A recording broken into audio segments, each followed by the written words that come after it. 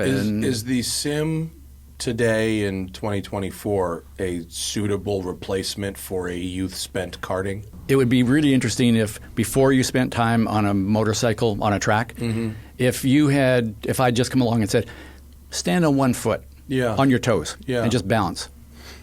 Now, and let me time that. Yeah. And watch how you do it. Now, after you go and do track days on a bike on a track, now do the same thing. When someone works harder, what does that work literally look like? Does it mean just longer days at the track? Does it mean sim time? Does it mean extraordinary, physical workouts? I mean, so what is the biggest hurdle for that person to move into the mid-intermediate, maybe expert open passing group in the next 12 months? What is sort of the baseline for really improving real-world skills using a simulator? So really, really good question. What up, everybody? Welcome to the Smoking Tire Podcast. Today's episode is brought to you by Off the Record. You know about Off the Record.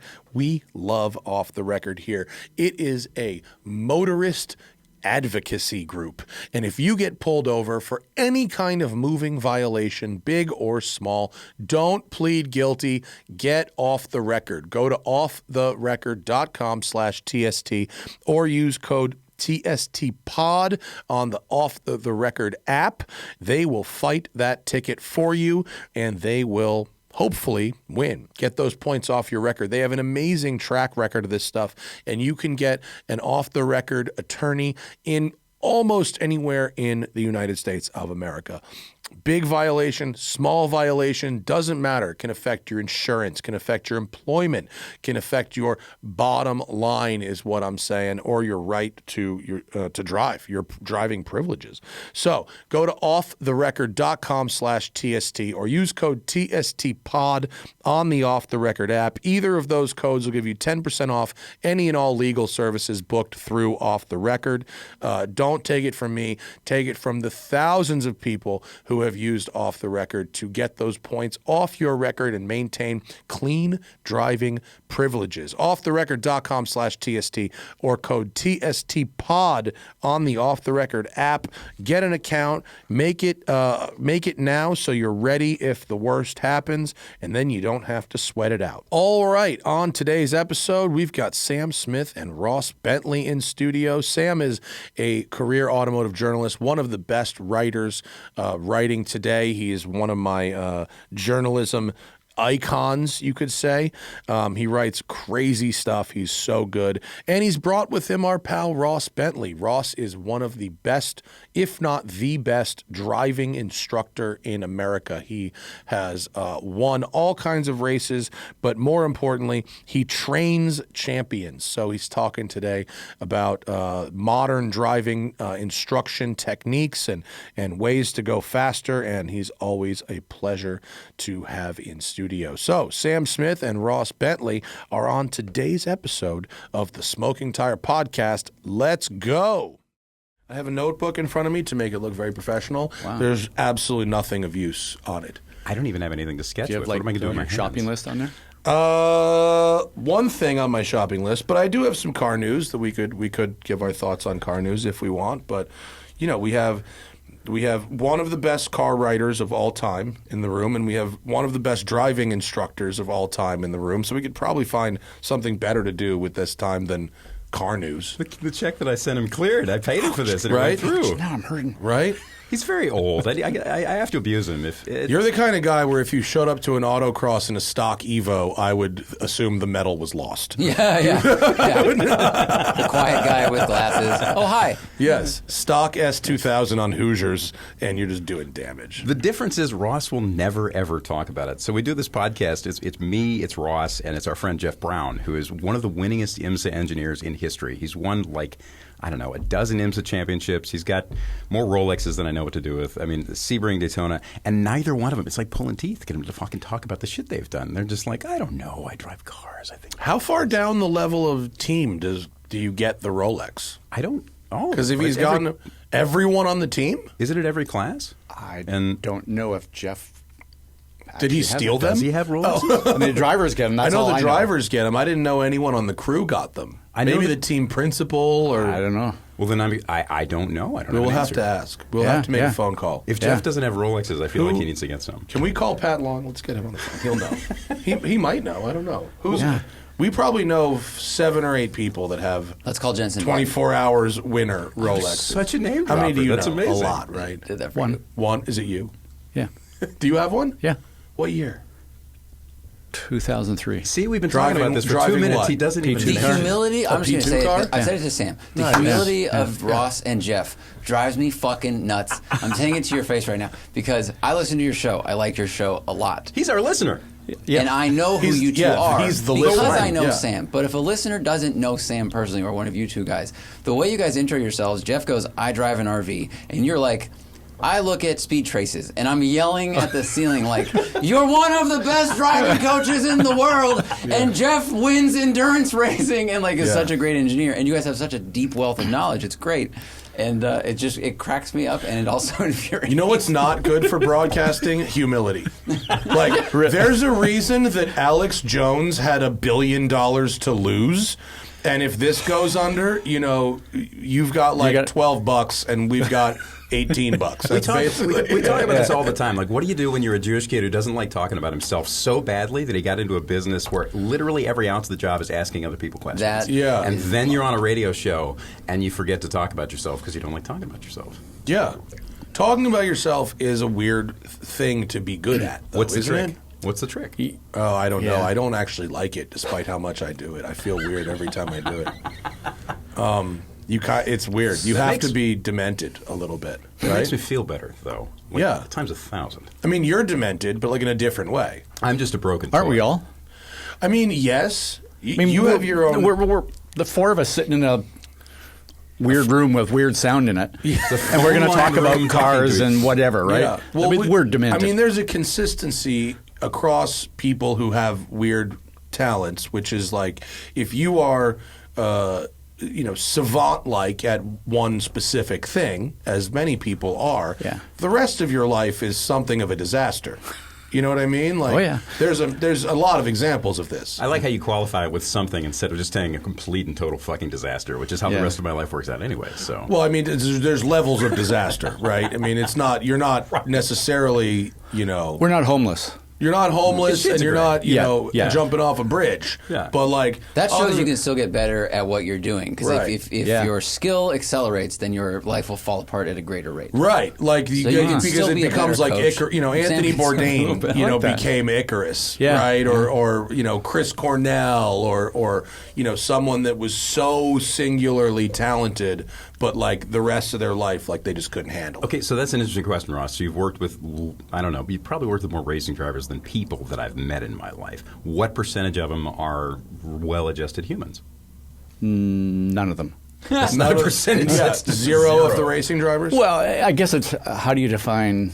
Okay, what percentage of them have like functional social skills and you could drop them into a party and they don't know anybody and they'd probably carry a conversation with people for an hour, right? I would say that just about every single one of them you can, because they can turn it on and off. Okay. Is that because you work with gentleman drivers that did not start out as savant racing drivers? Well, I spent a lot of years working with 14, 15, 16-year-olds as well. Oh, okay, yeah. And, I guess first off, they're weird in how mature they are for their age. Yeah. Mm-hmm. I mean, sports parents and sports kids generally are, right? Yeah. Or they've adjusted well to being beaten up by their parents.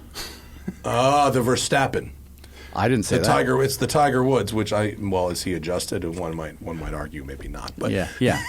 That's an example of the rest of his life. Yeah. Well, it seems like some pro racing drivers are incredibly social and gregarious. I mean, James Hunt's like the legendary one. But is some of that from media training, or these days do they come off like robots because they are so media trained that the answers they give on camera are just like toe the company line, but then in social circles when they're themselves, they're actually much more fun. I actually think that the best get the media training and then kind of ignore it and let their personality come through. I always think like in NASCAR, like one of the best I think of all time in that way was Carl Edwards. He could drop the sponsors' names in a way that you didn't even know he was dropping the sponsors' names. That is, and yet you get somebody else that gets out. I want to thank my STP, Shell, Goodyear, that whole thing, and it just sounds so corny and bad. Yeah. But I think it's their personality that comes first. Okay. But it's more about like the management of the rest of their life than it is their ability to pull it together for an interview after the race that we're talking about. Is there, someone who did 6 hours of karting a day for their entire youth who is now, climbing the ranks in a GP car, is that a balanced human? Maybe, maybe not. Yeah. Drive to Survive has presented us with some very imbalanced humans. And that's but how much of that is real? I don't know. Yeah, that's what's amazing about Drive to Survive is that you see the imbalance, and every ounce of that is crafted, right? And they know where it's going out, they know what the show is, they know how it works, and then you see people that still manage to be a kind of a hot mess. Like go back to the sports parent thing for a second. Like, have sports parents gotten more aware of themselves as your career's gone on? I mean, you've been doing this since what, the early 90s, mid 90s, since you got out of IndyCar, right? Yeah. So has the nature of the guy who put his kids, the pair of parents who put their kids into a cart at age 5 or 6, have they become more functional humans, or is it still like, no, Timmy, you're going to spend 3,000 hours at the gym and be a champion? Some have, some haven't. What does that look like? Can the kids succeed without the crazy parenting, or is that a crucial element to ultimate success? I think ultimately it comes down to how bad the kid wants it, Yeah. as opposed to how bad the dad wants it. Right. Typically the dad. How early can you tell? What's the youngest kid you've worked with?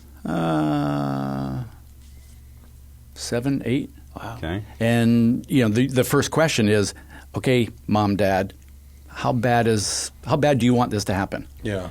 And then it's trying to figure out how bad the kid wants it. And there's a lot of 7, 8-year-old kids that just blow me away with how mature they are and how knowledgeable they are of what they want. And so but I'm going to say they're rare. Yeah. But we talked about it the other day. Colin Brown came to a 2-day webinar thing that we're doing live, and I'm thinking, what's a 12-year-old going to be able to do sitting for like 8 hours a day listening to a couple old guys talking about driving? And he's there taking notes and asking better questions than the adults in the room. And Colin is, just for background, Colin is like the podcast, the other guy, the IMSA engineer, is Jeff Brown, Colin's dad, and Colin is now, 36, 37? That was a couple decades ago. Somewhere in there. And Colin has won multiple IMSA championships and prototypes. He's won Le Mans, he's won Daytona. Like, it was there, and you saw whatever made him 20 years later. You saw that early on, right? Yeah. Like, can you always see it, or does it take time to develop? Good question. I've seen some that I didn't think were going to make it. So I did a program, I forget how long ago it was now, with a group of 8 up-and-coming NASCAR drivers. And out of the 8, currently there are 4 of them in Cup. Mm-hmm. William Byron, Bubba Wallace, Eric Jones, and Daniel Hemrick. You worked with William Byron when he was little? Yeah, when he was 15. Oh, wow. And I'll be honest, out of those 8, he was not the guy that I thought was going to be close to, in the whatever they do, the playoffs or whatever it is for the championship. I didn't think he was going to be the guy. How often do you miss? How often do you look at somebody and then 20 years later you're like, oh yeah, that guy turned into that dude? Well, and what wasn't there that's there now? I mean, what did he figure out? Right. I'm going to say that it wasn't like, oh man, he's never going to make it. No, it was like, out of this bunch, he's not at the top of the list. Mm-hmm. I thought Eric Jones was the guy, and Bubba Wallace was the next guy. And, I thought William was in there in the top path, but wasn't like at the very top. But I think what it was is he works really hard at it. Harder than most people ever imagine. And I'm going to say that about anybody that's at the top. They work harder at it. And ultimately, when I got hired to do this program, it was essentially funded by his father, William's father. Wow. And I thought, I kind of know where this is going. Yeah. Dad wants this. But William impressed me with how he stepped up and said, no, I want this. And When someone works harder, what does that work literally look like? Does it mean just longer days at the track? Does it mean sim time? Does it mean extraordinary, physical workouts? I mean, what does that literally look like? Yes. Yeah. So the main area that I was working with these drivers on was the mental game. Mm-hmm. And, I've stayed in touch with his dad, and his dad says that's a daily part of his routine. Now, I don't know what that looks like now, but yeah, so, the working out in the gym, the working out with the team, the sim time, William came from that world. He was a sim racer before he was, I don't know how much karting he ever even did compared to guys like Eric Jones and Bubba and people like that. But he spends a lot of time in the sim, and he spends a lot of time doing mental stuff. And is the sim today in 2024 a suitable replacement for a youth spent karting? Guys, we got to take a quick break from the show for Delete Me. I have gotten my account going on Delete Me. I joined Delete Me because I want to stop some of these robocalls, right? Now, you probably know someone who, or maybe you have been a victim of identity theft or harassment, stalking, doxing, etc. Privacy is important, and for me, when privacy problems hit me was the phone, right? The robocalls, the robotexts, the phone scams, they're always calling, and I wanted that to stop. That's why I got Delete Me, right? I'm super aware of this, and if these people can get my phone number, who else can, right? Data brokers are compiling that information that you put out there, right? Online shopping or applying for stuff, they sell your data to data brokers, and then they sell it online, right? So I signed up and provided Delete Me with all this information, right? Anything I wanted gone, my address, my phone number, my email, variations on how my name could be written, my birthday, my wife's name, my family's name, addresses that I used to live at, cars I've owned, etc., etc. And then Delete Me goes to work. Their experts take it from there. They send you regular personalized privacy reports showing what they found and where they found it and what was removed. And Delete Me is not just a one-time service. It's always working for you, constantly monitoring and removing the personal information you don't want on the internet.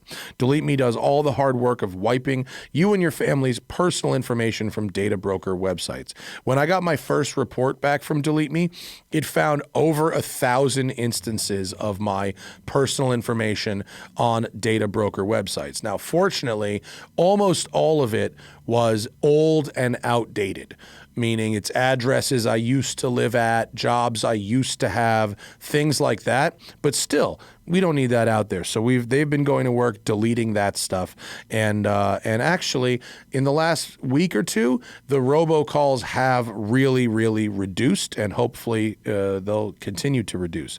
So you can do it too. Take control of your data and keep your private life private by signing up for Delete Me now at a special discount for our listeners. Get 20% off your Delete Me plan when you go to joindeleteme.com/tire and use promo code TIRE at checkout. That's joindeleteme.com/tire and enter code TIRE at checkout. The only way to get 20% off is to go to joindeleteme.com/tire and enter code TIRE at checkout. Now, back to the show. That's a really good question. Yes. So if I was, if somebody came to me and said, here's my 5-year-old daughter or son, make them a world champion in whatever form of racing they want to go to. It would be a combination of karting, sim, and actually, you know what? I'd have them on a dirt bike and anything else especially that did a lot of weight transfer, motorcycles for weight transfer. Balance. Yeah. Yes. Yeah. Yeah. But it would be a combination. Learning to ride motorcycles made me a lot better on the racetrack. Yeah, I can see that. It was a big difference. That's interesting. How? Having different front and rear brakes, and having to learn when to use which one and how much and why. Braking while leaning down into the corner, accelerating while straightening the bike back up. I mean, basic shit. I'm not a crazy man on a motorcycle, but just like it's so much easier to mentally visualize weight transfer on a motorcycle than it is on a car. And once you have that skill, at least at some degree of proficiency on the bike, bringing that mentally back to a car is quite easy, I think. And I've never tried this, but I'm thinking about it now. It would be really interesting if before you spent time on a motorcycle on a track, if I just come along and said, stand on one foot on your toes and just balance.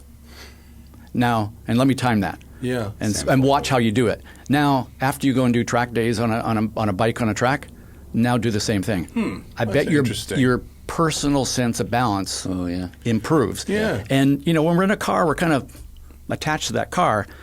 So we're actually kind of feeling the balance of us and the car. Yeah. But if your own personal sense of balance is not so good, you're not going to have that same level of sensitivity. Might be a good skill. I mean, you could do it on a bicycle. You don't need a Mountain motor biking. to do it. Exactly. You could do it on almost anything. I think we were talking about this a little bit at coffee, but if you have a history of some kind of like dialogue with your body, yes, I think so. That's kind of what you're talking about. Like you think about how you're balancing. At first, it's very like front of mind, and then like with any driving skill or anything else, and then it eventually becomes more back of mind because you have that dialogue and you have those channels and you have that muscle memory built. But that's what I find. Like, I mean, I guess projecting, like it helps me a little bit because I go, okay, I can talk to my right foot and my left hand from doing other things. Yeah. The thing that really threw me was so I am halfway decent in a car and absolutely atrocious on a bike, right? And I love being on a bike in any sense where the bike is losing traction, mostly because at some point the 300 voices in my brain focus on all the things I'm bad at, and then I fall off the motorcycle. And inevitably I end up learning something from it. But the thing that threw me the first time I tried it, like the first bike track day I did, was how so in a car, when things get weird, when the car starts to slide, when you don't know what's about to happen, like there's over time I had trained myself to just focus and still my body and think about what the car was doing. And on a bike, if you freeze up, if you still your body and start thinking more, you fall off the bike because every ounce of what you're doing on the bike comes down to where you put your weight, what you do with body position. Like that directly impacts. You can induce understeer, oversteer. You can make the bike brake better or worse, or make the front wheel come up. All this constant motion. And the end lesson was that, like, when things go funky on a bike, which is ultimately like when you're at the limit on a bike, which I am rarely because I'm not good at it, you have to be constantly moving and thinking and working. And I could never meld those two. Like, how, I don't know, Matt and Zach, both of you ridden. Like, what was that? I don't that ride bikes transition at like? the limit either. And one of my goals for the next year is to do a dirt bike school where the bike moves around a lot. Yeah. I've never done it, and because I've had back injuries and I'm scared to fall off a bike and end up like paralyzed, I haven't done it. But I'd like to. It's one of those things I'd like to get over. And that I'll probably learn a lot more doing that than I have in my motorcycling experience the last 15 years. It's crazy because like it forces you in the moment to think about where weight goes and what mass does. For sure. And it's stuff that like in a car you tend to kind of put in the back of your head because you can. Right? I mean, maybe you know this or have experienced this with the drivers you worked with. We talked about it. We've talked about it a bunch on the show. There's a book I really like called The Power of Now. You know this book, Eckhart Tolle? Yeah. And a lot of people that do things like ride motorcycles or drive race cars or go scuba diving or skiing or very individualized sports where if you lose focus, you die. It helps to quiet everything else that's happening in your mind and your life and focus on this one thing. So do you find that a lot of drivers and or motorcycle people or whatever that you work with have that thing where outside the car there's a lot, but inside the car they can just be here and present? I mentioned Carl Edwards earlier. Yeah. I met when Colin Brown was doing some NASCAR stuff. Carl Edwards was also driving at Roush. And I spent a little bit of time with him and went, this guy is... If he's Carl Edwards? If he's not ADHD, I don't know who is. Yeah. But in a really good way. But in a car, he could focus like the best in that world, right? So I think the great thing about being on track is you have to focus, and it's why there are so many gentleman drivers, right? Yeah. It's the most relaxing place in the world. Yeah. Because work doesn't matter, family doesn't matter, whatever. It's just totally focused on just that one thing. So yes, I think it's now. Can everybody make that switch immediately? No, but I think it's something you either learn or you don't perform well. Yeah. They did I just did the Spring Mountain Corvette school. Yeah. And before anyone got on the track, they were like, just remember, like, your phone doesn't matter. What's going on at home doesn't matter. Like, basically, please do what we're talking about. Please focus, because if you guys try to do two things and you try to text someone or if you try to think about a lawsuit or whatever, something at work, you're going to crash at like 100 miles an hour. Yeah. And people probably need to be told that. And fortunately, there is that motivation that you just mentioned. You could die. Right, survival. Yeah. Defeated death, right? Yeah.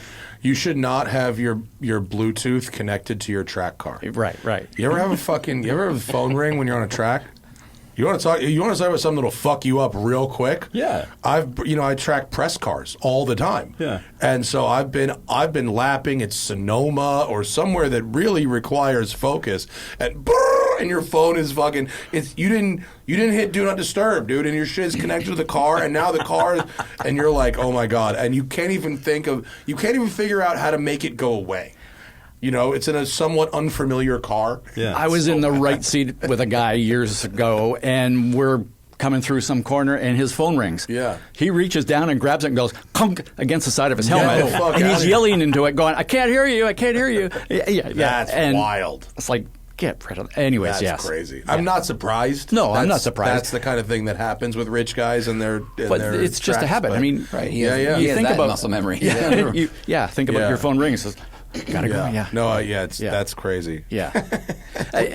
When you were talking about the motorcycle thing, I'm thinking about, like, I rode a bit on the track years ago, and the thing that kept me away from going quick was, first of all, I had a cousin who was like a really, really top motorcycle racer, and I think he'd broken every single bone in his body, and so there was that in the back of my mind. But I think the other thing was I didn't know how to fall. Yeah. And I think actually one of the things.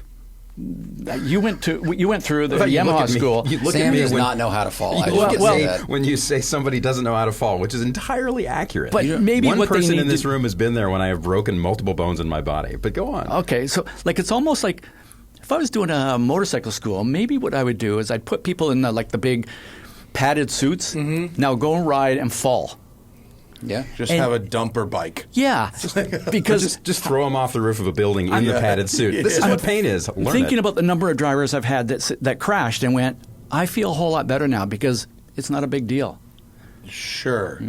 Because they weren't hurt. They weren't hurt. Yeah. I think the motorcycle school might go differently, though. Well, it might. Yeah. I crashed and I did not feel a whole lot better. Yeah. I didn't. I know how to fall. I did martial arts and snowboarding. I know how to fall in those environments, but I have fallen once on a motorcycle, and I didn't do a great job at falling, Ross. So none of my skills from that helped with that particular But I'm accident. thinking about snowboarding is when you learn how to fall, you realize it's not the end of the That world. is very true. That's I true, think when yes. there's rocks and motorcycles involved, Yeah. it can go differently. Yeah. No, the motorcycle racers typically, Yes. when they're on a racetrack, they're usually okay. Yeah. You know, they slide for a bit. They're wearing Yeah. the right stuff.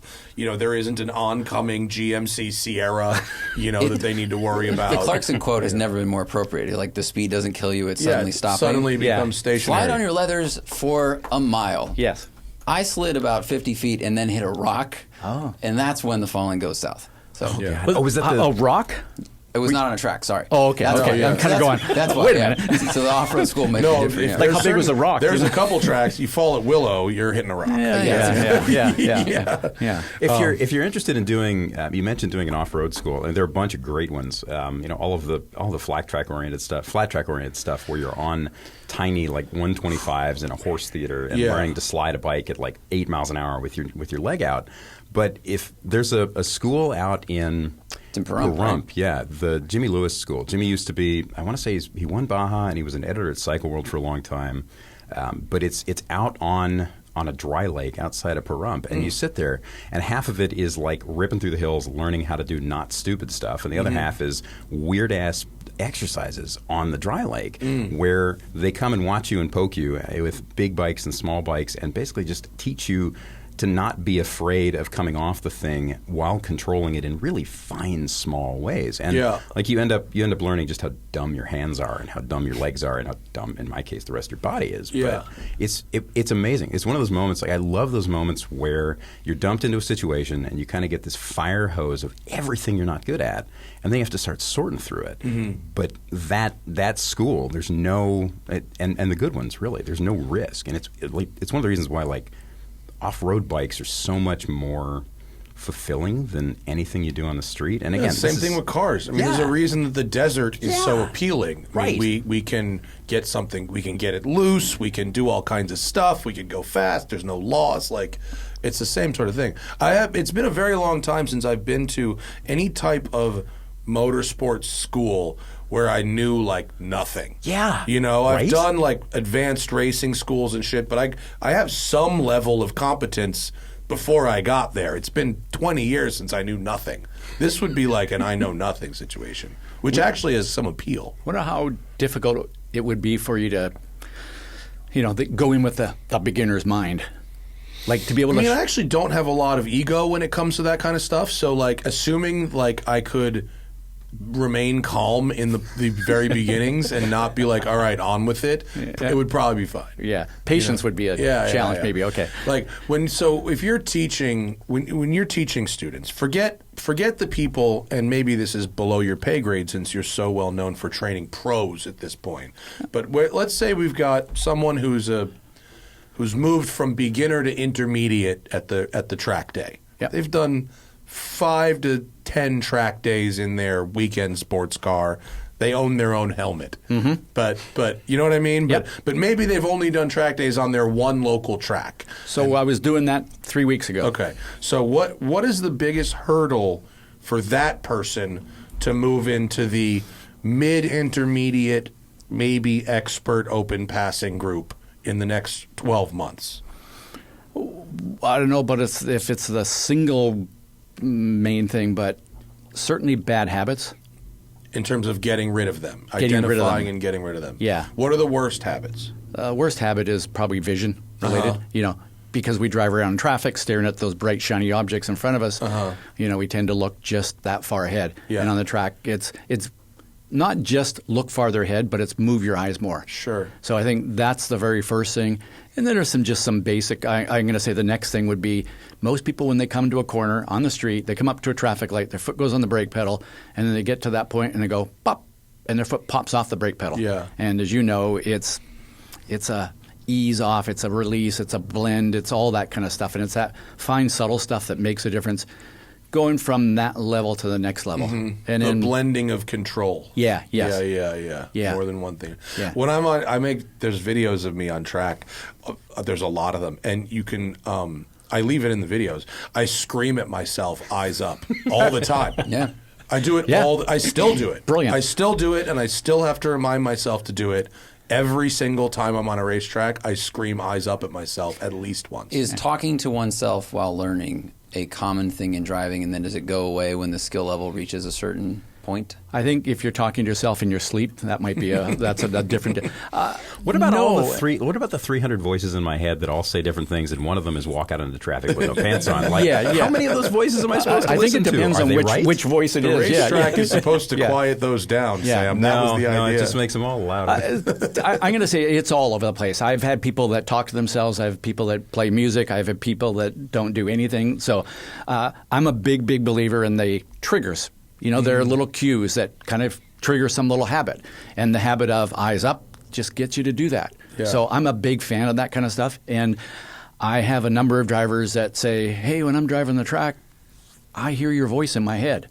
That's weird. No, that's okay. That's disturbing in 1,000 ways. That's okay. Yeah. So I guess it depends on whose voice it is and what it's saying. What it's saying is very important, yeah.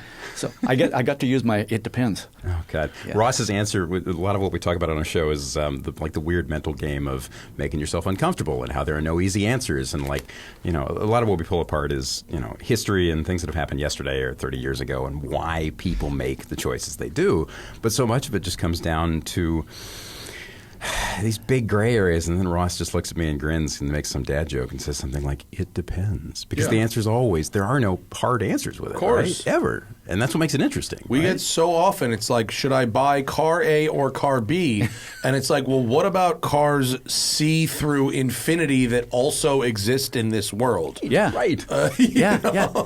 What's your budget? Yeah. What are you looking for? Yeah, how many people? Well, very often it's like, should I buy a 911 or a G-Wagon AMG? And it's like, well, there's a series of we could make a yes-no tree for this. Yeah. If this, then that, and very quickly end up on one side or the other. So you can answer that with yes. Yeah. Just buy both of them. You should get both. Yeah. You should take out an enormous loan. Yeah. At a very high APR. Yeah. And just really fuck your life up with two of these vehicles. Where are you going to store them all, though? I can think of somewhere. Yes, that's all. I don't care which car you buy as long as you keep it here. The more the better. Yeah. Oversized, please. Send me all your oversized cars. Okay, now we're blending. Now we're blending, and now we're looking up. Now now you're an advanced track day driver. You're in the open passing group. You've moved from a BRZ to a GT3 or a GT4. You're doing 10, 15 days a year. You're considering maybe a membership at the Thermal Club or one of these other places. What's the next level from that of skills? To go from pretty good to great. Skills or decisions? Because I kind of go decision is go back to the BRZ because you're going to learn more in that than you are in the GT3. Right. No, okay. True. So no, you're not wrong. I'm going to say the next thing is knowing where to go fast and where to go slow. Okay. And obviously slow is both of those are relative terms, right? Sure. It's the classic is I'm going to wheel this car into the corner and then they're slow coming out of it. Or not knowing that if I sacrifice a little bit in this corner, I can gain more in that corner. Or trying to get fast in both of those corners where, no, you're better off just to sacrifice a bit here. So I think that's the next thing is making those decisions around where to really try to go fast and where to have some patience. Mm-hmm. And then I'm going to say somewhere in there it's the managing that fear thing I've worked with drivers who they've got all the skill to go faster, but they kind of get up against that plateau of their mental speed stops at a certain lap time, and adding horsepower or tire, they won't go any faster. Yeah. This is what you ever been to the Concourse Club in Miami? No. I recommend it. Yeah, we were just down there. In fact, we just put up a video. I got to have a go in a Diablo SVR, which is a very interesting experience at the Concourse Club. Oh, there it was. There was the photo of it. It's a private track country club. Yeah, I've seen pictures and stuff of it. Yeah, and it's very well executed. But what you're looking at here in the photo is pretty much the whole track. It's a fairly small club focused track. What's the length?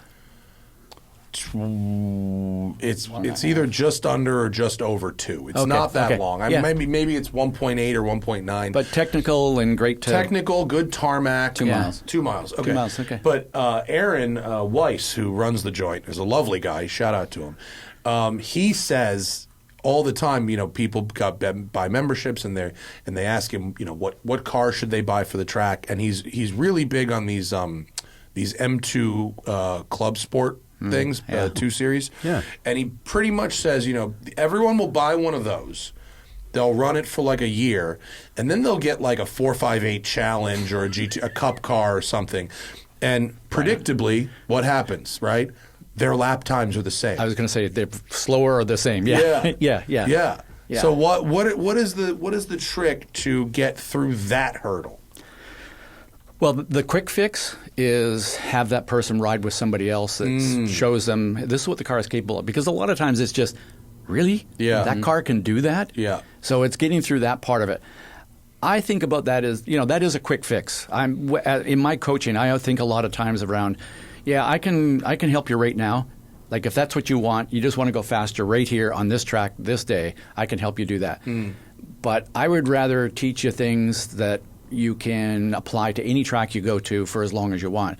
So while it might take a little bit longer, I might put somebody through a series of exercises or drills that helps them start to understand where those limits are, and they learn them themselves rather than I always say it's like the difference between learning from the outside in, me come along and just say, do this, copy this, versus you learning from the inside out.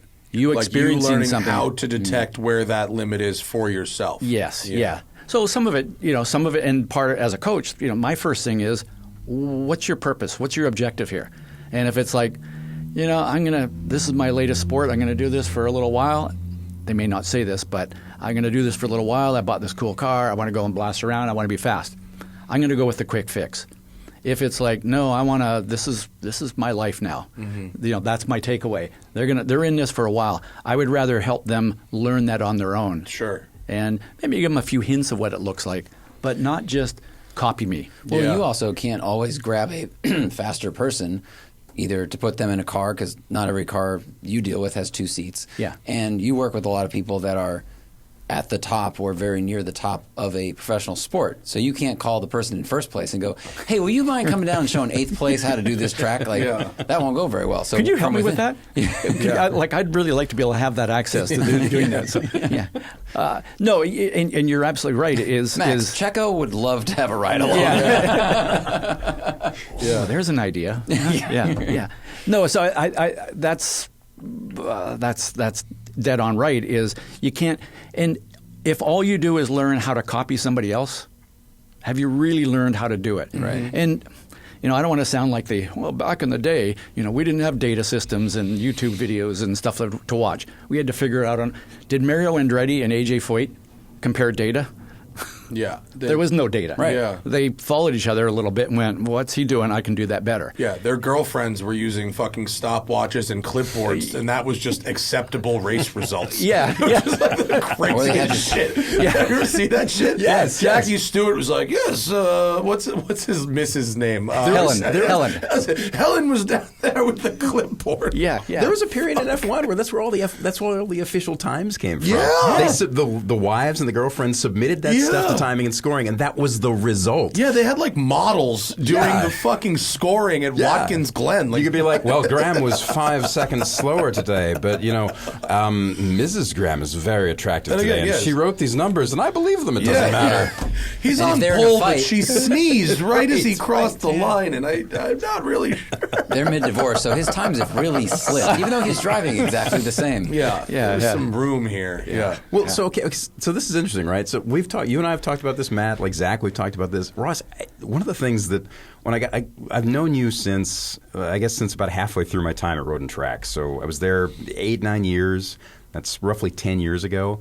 But early on, we started talking about like what separates the pros from normal people. And a lot of that isn't just ability, but it's how comfortable they are with being uncomfortable and putting themselves into that situation. And what shocked me was how I just assumed for the longest time, like embarrassingly, that you get to a certain level and things are like you've just kind of solved for it. But it turns out that there are guys cruising around Indy every year who get up to a certain speed and that 211 is fine, 212 is and they don't know how to do it.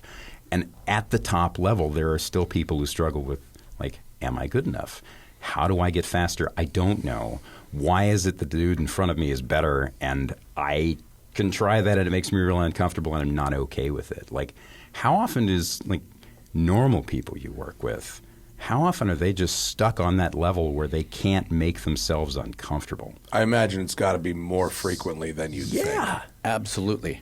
So many people have personal limits of how fast is too fast. Yeah. And it stops mattering what car they're driving. Or they're even just going the same speed. Putting themselves, learning, getting into that zone that doesn't have anything to do with speed, where you're just I don't know how to get better, and I'm not okay with it. Like a neuroplasticity thing? Yeah. Do you find that? Yes. Can you tell, because you've told a story on your show about a gentleman driver who I think started driving 5 years ago, and he's one of your best students ever, and now he's what did he win? He's won Le Mans. Yeah. There's a little race in France. All right. I've done nothing with my life. It's fine. Cool. No, sure. Have you seen things with, we know that neuroplasticity mostly slows down as people age, but are there people like him or other folks who just seem to have that skill of picking things up and truly learning them more quickly than other people? Or is it more about dedication and work? Yes. It depends, doesn't it? It depends. So, for sure, neuroplasticity is this whole thing around our brains are plastic and can continue to mold and learn things. And, the thing used to be you can't teach an old dog new tricks, right? That's been proven wrong in that we can keep learning throughout our entire life. A big part of that is what's your mindset? And if your mindset is, well, I'm old, I can't do this anymore, you're right. If your mindset is, I can keep learning, my mind can keep growing, then you're more likely to do that. So Stephen Thomas is a fellow that I met in December it'll be 6 years. This time 6 years ago, I don't think he knew how to spell race car. He'd never really seen a race car. He bought a Cadillac. What's the Cadillac? What's the BMW version of a Cadillac? The CTSV? Yes. Yeah. Bought one of those. Got a track day. Went. I want to do more of this. Friend introduced us. Next thing I know, I got him out at Streets of Willow. It poured rain. For 2 days. Streets of Willow? For 2 days straight. What a treat. Yes. What a treat for you. It was awesome. And we basically spent 2 days driving around and with me kind of just explaining the basics of driving. I said, really go off and do some race schools. So he did that, and then he came back and said, okay, I did that. Now what do you want me to do? And then it was like, well, okay, I want you to drive a bunch of different cars. So I got him in doing all sorts of different stuff. First year he drove like in AER and WRL, like endurance stuff, just to get cheap lots endurance of racing. Yep, cheap endurance racing. Yep, absolutely. Had him in a Radical, had him in a Formula 4 open wheel car, had him in a Porsche, whatever the GT4 something or other that year. Just had him driving a bunch of different things, and then at the end of that year, I got him in an LMP3 car. And wow. At the time, people were kind of like, really? And I was like, yeah, he's ready. Now, he's exceptional in that he's got an athletic background. His mind is off the charts, brilliant, processes information super quickly. But more importantly, his work ethic is unbelievable for a guy in his 50s. This sounds exactly like my father. Okay. My father picked up a golf club when he was 32, and by the time he was 42, he was a scratch golfer. Wow. And he maintained that until he was 60. Really? Wow. Yeah. And my dad had never picked up a shotgun until he was 55. He picked up a shotgun at 55, started shooting skeet and trap, and by his 60th birthday, he was the club champion. What is it about how he looks at stuff that does that? He's incredibly focused on practicing and learning and absorbing. He is athletic naturally. He's 6'5" and 220, and he has just a level of focus when he's passionate about something. And my guess is he doesn't have any preconceived limits around, well, I'm 50, I'm 32, I'm whatever it is. He's not racing Le Mans, he's playing golf and shooting guns. Right. But so there are physical limitations, but not otherwise. Yeah, and with Stephen, there's we've had the conversation around, at some point, physically, an LMP2 car, it's really hard on the body. Yeah. And, he's worked really hard at fitness and his weight and everything else. Like, he's done all that stuff. But he's also, here's an interesting thing. The week that we started at Willow Springs, he bought a high-end simulator. And it's installed at his house not far down the road here. And a lot of people start with a simulator and then they get into cars. A lot of people start in cars and they get into simulators. If you've ever been around anybody that started in cars and got into a simulator, they go, simulator, this thing is crap. Yeah. Nothing like a real car. Well, he started at the same time. So his calibration to his simulator is perhaps that's part of his advantage. That's interesting. Because we do a lot of stuff on the sim. We've got it set up so I'm at home, I'm watching what he's watching on his VR, and I'm watching telemetry, real-time telemetry. I've got a camera that's looking over his shoulder. I got a camera that's pointing at his feet. Literally, I'm sitting in the car beside him when he's driving an LMP2 car in the simulator. And as we're going around, I can go, release the brake slower here. Get your eyes up, like some basic stuff. But then, we practice what it's like under a full course caution. We practice leaving pit lane at Daytona at 3 o'clock in the morning with hot brakes and cold tires. Wow. And so we practice all that stuff. So what's made him so good, some of it is just his work ethic. And, Sure. I tell this story all the time of probably about 2 years in, I'd have this, we would be on the way his schedule worked, we would get up at 5 o'clock in the morning and spend 2 hours, probably 4 days a week, and on the simulator. In the simulator? On the simulator. Wow.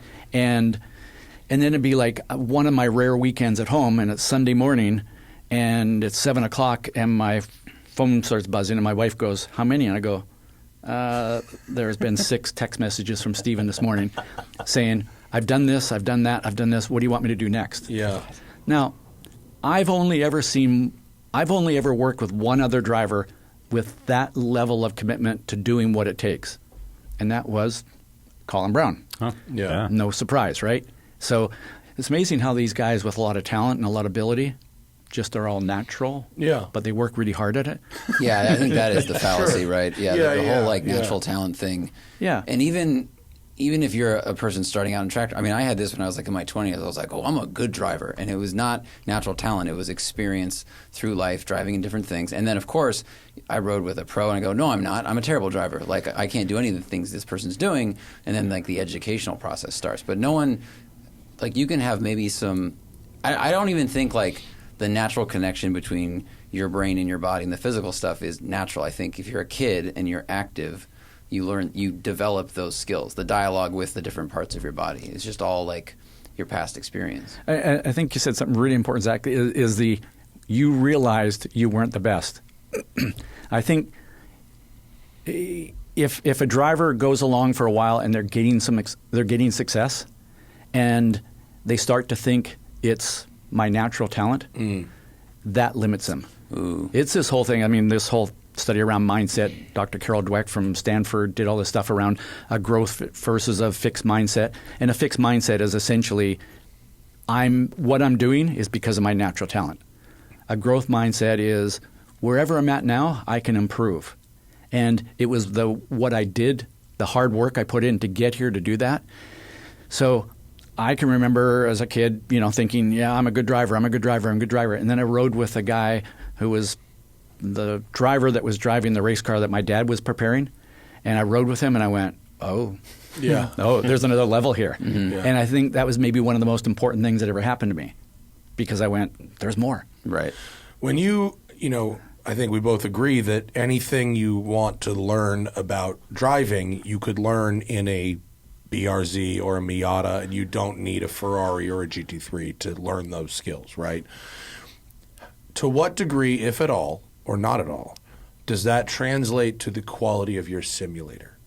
Ooh, interesting. So do you need to go spend, if you really want to, I mean, look, we can acknowledge that an entry-level sim setup that goes through a PlayStation or an Xbox like we have here, basic, wheel, pedals, maybe a shifter. You can learn something from that and you can have fun.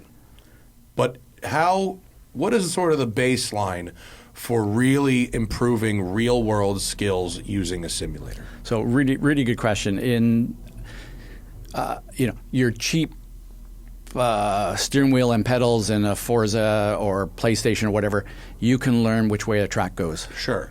But Which is a helpful skill. It is. But if you want to work on your technique, you really need better pedals first and then better steering wheel.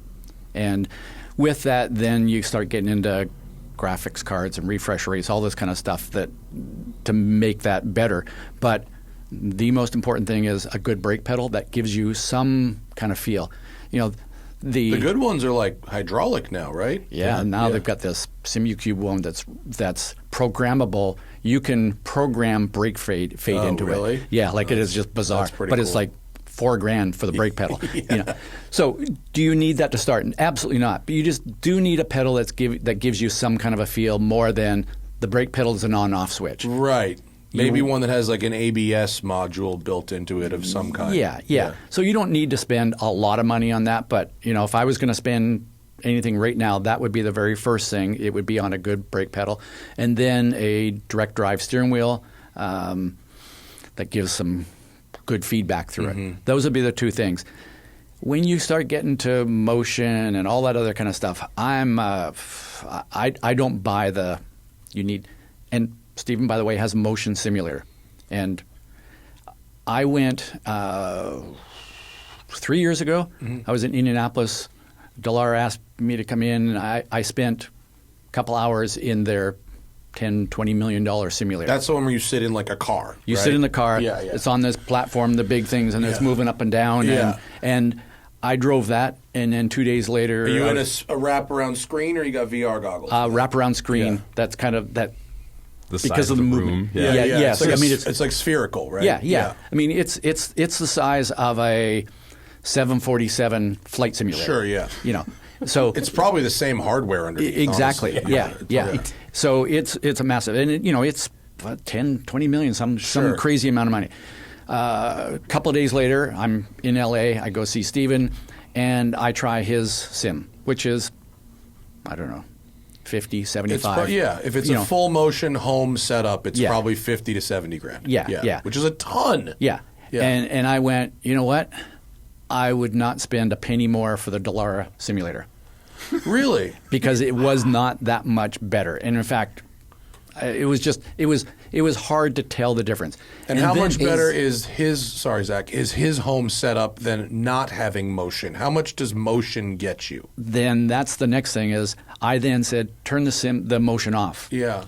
I prefer it without motion. Really? And there's a thing where, and I've read some research studies on this, and I know somebody that did some work on super high-end simulator for a manufacturer, who said that the research has shown that if you have motion, and the thing about motion is you can start the feeling of G loads, but you can't sustain them. Right. So it moves you a little bit, and you feel, and your brain goes, that's not real. Mm-hmm. And your brain then doesn't do a good job of filling in the rest. If you have no motion, but you have visual and auditory, your brain says, we need to imagine that. Mm. And your brain does a better job of filling that in than... That's interesting. And nuts. I'm not saying that motion is terrible. I drove at PRI show last year. Simcraft has this 6 Axis thing, and it was interesting because 3 weeks earlier I'd driven a GT4 Club Sport at Sebring, and then I got in this Simcraft unit at PRI, and they said, which car? And I said, put me at Sebring in that car. And it was really, really, really good. But I'm still not sure whether, if it was $10 more, yeah, get the motion. Yeah, but it doubles it, if not more. If not more. Yeah. And so depending on what you're trying to achieve with the sim, I'm not sure personally, and there's probably somebody out there right now going, "Oh, I sell motion simulators." Sure, someone, yeah. Well, you're ruining my business. But there's a difference, right, between this is cool and fun, right, and this portion will actually make me faster versus the rest of it. I would say what's more important is what you do with it.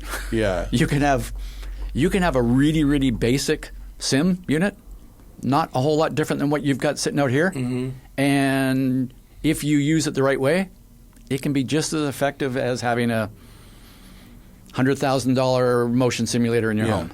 Now, if you want to have your buddies come over and drive my simulator, and this thing's moving around, and they're going, 2 of them are driving it, and one other one's over in the bathroom throwing up because of the motion. It depends on why. That would be me with the VR goggles. The VR goggles do not.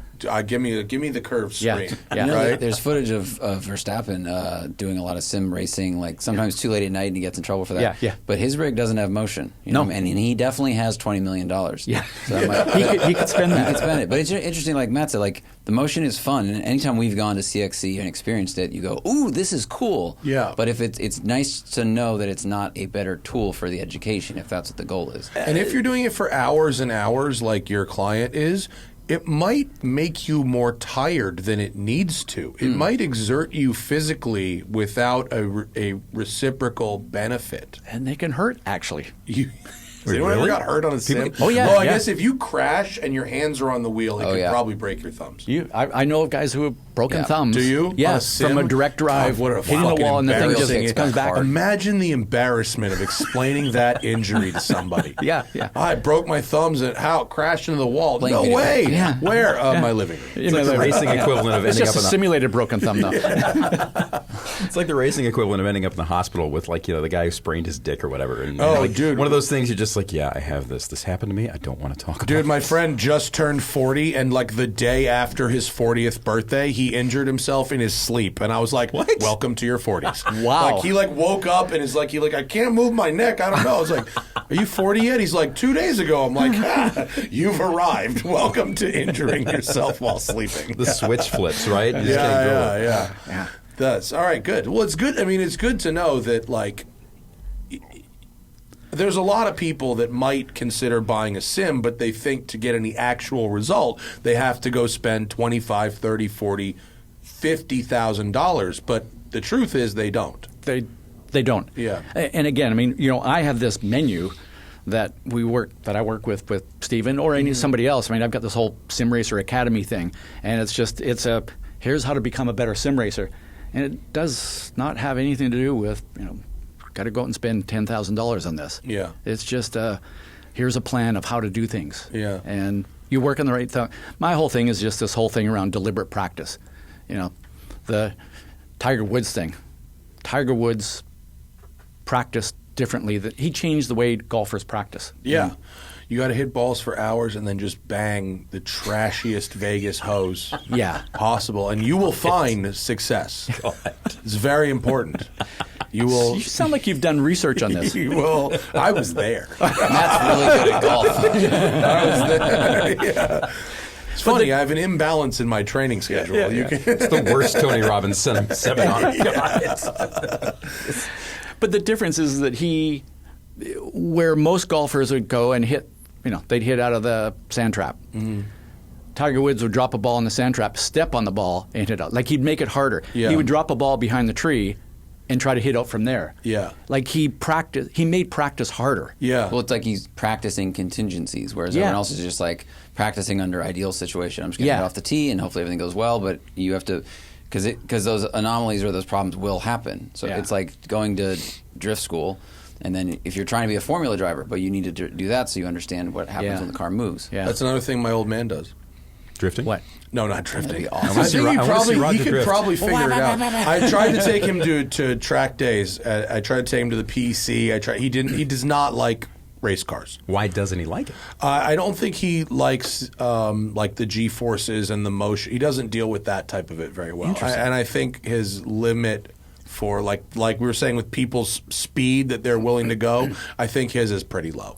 But he does, when we go bird hunting, we go hunting for quail and stuff, he shoots with a much smaller gun. Really? To make it harder. Yeah. So many jokes Yeah. in there. I have no euphemisms for this at all whatsoever. Yeah, but he shoots a little gun. So and it makes cool. it harder to hit birds. Yeah. So can I ask questions? Yeah. Because kind of the podcast that we do is around sort of what's going on behind people. And so how did you get interested in cars, and it sounds like your father is not? I was a fat kid who couldn't run very fast. Okay. And so I realized... And your dad was chasing you? No. Yeah. Yeah. No, but I realized... He might jump in the car and drove away. He's like, oh, this is way easier. Yeah. I realized with go-karting when I was a little kid, like, I was actually kind of good at this, and I could do something that made me fast without being fast. Without, like, being able to run fast. But did looking at a car, because some people look at the shape of a car and go, most beautiful thing in the world. I thought cars were really Other people cool. go, is that a refrigerator? No. I also liked studying the cars also. But there was one branch of it that was about studying the car and learning about all the specs and all that kind of stuff, reading the Road&Tracks, those the tech spec things at the end of the articles, which they still do. And the other part of it was about the driving. And so when I got a go-kart for my 8th birthday, it was like game on. Yeah. And it was like life after that. So, yeah. But it did not come directly from my old man. No. He was always like supportive, but it was not a thing he was passionate about. Okay. Yeah. Zach? I think it might. I don't really know. My dad's not into cars, to answer that question. Okay. He got into them after I was into them. But so I'm adopted, and I recently read this. Literally 2 weeks ago, read this sheet that my biological father had filled out. That, what are your interests? And it was cars and firearms. And my dad, who adopted me, has zero interest in either one. Really, he got into cars because I did. But where did that sheet come? Have you had that sheet the whole time? My mom had it. She just found it. My mom, I think, likes to keep me coming home by just slowly rolling out Trickling information, out shit and about it's getting more and more important as she gets so older. Funny. Yeah. It's always like, oh, you need this. I'm like, where was this 30 years ago? Yeah. And she's like, I just like to slow play it. No rush, but we like to talk about your inheritance. Do you mind coming home first? We did that a month ago. We had to go over a bunch of their will stuff. So you said cars and guns. Are you into drive-by shootings? Yes. Look, we all have to have we need a second hustle in this economy, okay? Morality is one thing, but can we at least admit they're fun as shit? I mean, let's No, I don't even want to have the firearm discussion is a very long one, and I am not the gun nuts. I just I was interested in them almost because of movies. But for cars, I don't know. When I was 5, I liked the shape of them, and my parents got me a Crayola car design kit thing, and I used it up in a day. It was you still use it, and don't things. Yeah, so I just really liked them for some reason, and I really liked driving and going fast and all those other things. Actually done in crayon. It just connected with me. The Cybertruck was definitely done in crayon. That's funny that what else did you learn about your biological dad? That info sheet was literally that short. I was like, they need more questions. It was really small. I love likes, guns, cars. Dislikes, having children of my own. and I share all of those interests. That's a great joke. That's a great joke. It's so true. Fucking, Zach is now a married man. He was married this weekend, and the wedding was amazing. It was great fun. It was really, really a really just awesome. Even if I was not one of Zach's best friends, it was still an awesome wedding. Food was really good, music was great, venue was awesome. I saw a photo. It was superb. But Zach's mom's speech, I have never in my entire life laughed as hard. My wife filmed me. Is how hard I was laughing. It was amazing, and I was one. Did she say the word YouTube pluralized? Was it your YouTubes are so professional? I think that was the phrase where I lost it. I was one table over looking at you, watching you just face down on the table laughing. Right around the time that she said, what was it, that your Uranus was, there was something about the size of your Uranus, and for people, for most people who don't know, my mom is my parents are from the hippie generation, as most of our parents are, but my mom is into astrology and is getting more into it as she gets older. And it's her speed is increasing, exponentially. And she sent us her whole speech before she read it because we wanted to make sure it didn't go too long. And most of it was so nice and caring. And then as soon as I read down to the paragraph that was Sarah's Venus, and I went, here we go. And anyone who's not met my parents is going to meet them, all of them. And it was so funny between her and my dad. Their speeches were very warm and interesting. But the different groups of friends that came up and were like, your dad, can we print that? And it was all right, you four, that makes sense. And the women that came up and were like, your mom's astrology reading moved me. I was like, it makes a lot of sense that you're saying this. Yeah. I love you guys. It was just so funny with who it landed. But while I looked over, I saw Matt's head on the table because he's met both of them, and I was like, yeah, this is good. It was fucking crazy. It was the sweetest thing. It was, but she started with the astrology, and I started laughing because But then she said she pluralized YouTube. And to refer, and not your YouTube videos, she said your YouTubes, and I was like, I had 8 fucking bourbons, and so I completely broke down and turned to a fucking wet It was nothing. great, but I wouldn't want to laugh too hard. I didn't want to make her feel bad, but you were definitely laughing for the both of us. It was fucking and what did I say? I was like, she wrote it. She spelled it UTUBES and somehow pronounced it that way. It was different than YOUTUBES. I do need. It's on video. I'm sure. I need to go. I need to relive what she actually said because I was laughing so hard I don't even remember what she said. It was great. It was excellent. It was excellent. It was a neat day. It was a really neat thing. Yeah. And I like that that Corey brought a prop car that we didn't do anything with. It just sat in VIP park. A lot of people took photos with it. Oh, okay. Was that the Bronco? The Bronco. Yeah. Oh, I wondered why that was It was a press car. It was like, if Corey brought it, he was like, "Do you want like a prop car?" And we're like, "Yeah, okay, sure." It was cool. He was like, they had that in the con garage, and they had a like F-100 street truck, but it was black, and I was like, well, that might not photograph as well. That's more challenging. Yeah. But So the Bronco, everyone loved the Bronco. Like Yeah. nice spec, looked good. Also, the pie was excellent. I ate like 3 pieces of pie, Nice. and It I was shouldn't have good. eaten 3 pieces of pie because that was The after pie I was had good. like 4 brownies. Although and something half a meat. did you see the weird thing that happened with the pie? So, I mean, you were this. It's nothing like bad happened, but in one of the weird logistical, like, I wonder who chose this. There was the table where the desserts ultimately ended up, like the cookies and all that. Before they put all that shit out, it was a table. I think it said desserts or something on it. There was just one pie there. Yeah, that was for us to cut. Okay. Oh, there was a visual of It it was cutting like, the pie. you know, like some people do like the cake cutting at a Oh, wedding, and we didn't okay. want to stop traffic for that because who cares, in my Yeah. opinion. But they were like, well, we want to get a photo of you cutting a pie. We're like, fine. And so we grabbed us. Sarah and I cut a pie. We I get it. did the share thing, and then it was like, all right, now let people eat this. Yeah. So it was just this one table with this one pie. Everyone has to fight And there's over like one pie. 150 people here. Right. And we're like, so who gets the pie? Very, Who's gonna- I understand It's that. amazing because you walked by it and you're like, well, who's going to eat the pie? And I walked by it and I'm like, that is the most ominous fucking thing I've ever seen. We're It all going was. to die. It It's was- a sign. Like, it's the pie of evil. Everyone eats one equal piece. You can't leave. It looked Turns like a out threat. there was about 75 more pies that were being cut in the back. Yeah. But like for half an hour, me and Hannah are just staring at this going, the story of this pie, we cannot I think figure it there was out. supposed to be like a picture pie topper that I guess didn't make it. That would have explained it to That would have everyone. explained the pie. Yeah. What was going to go on the pie? Well, I mean, we had like a picture of us doing something. Like, you know how you instead of have being the figurine, you know how you have the right, okay. figurines we didn't on want to top get of the the wedding figurine cake and all that. Yes. So like, we'll just do. You can do like a steak with a picture on it, and Yeah. it would have made a lot more sense to everybody. Yeah. Not a piece of meat steak. Yes, no, that would be really. Yeah, sirloin. I mean, listen, your brain is always going, and the next time I'm celebrating, I'm going to prop up a photo of myself with a T-bone meat. Yeah, yeah. This is Matt. on This some is his pie. meat. On a pie. and really get people guessing. Yeah. It symbolizes how keto diet is actually on top of the carb diet that the government has presented to us for decades. 100%. Yeah. Sam, you're at the intercooler now. Yeah, among other places. Yeah. Among other places. Yeah.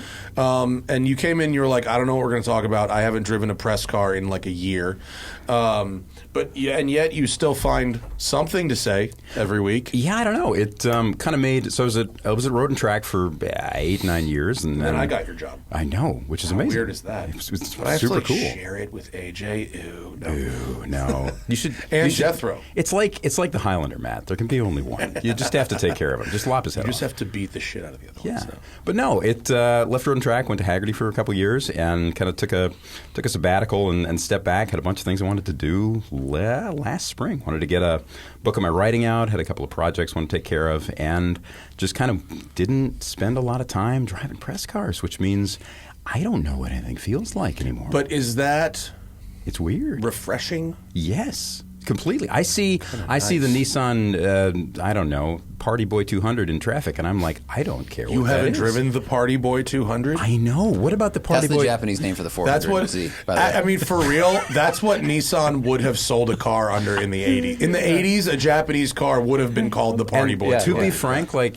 we would have bought the Party Boy. We would have bought the Party Boy V-Spec. We would have bought the Party Boy V-Spec and been like, From look Chris at it with Pontius some Motors. Volks on it. Midnight It's Purple. Good. Yeah.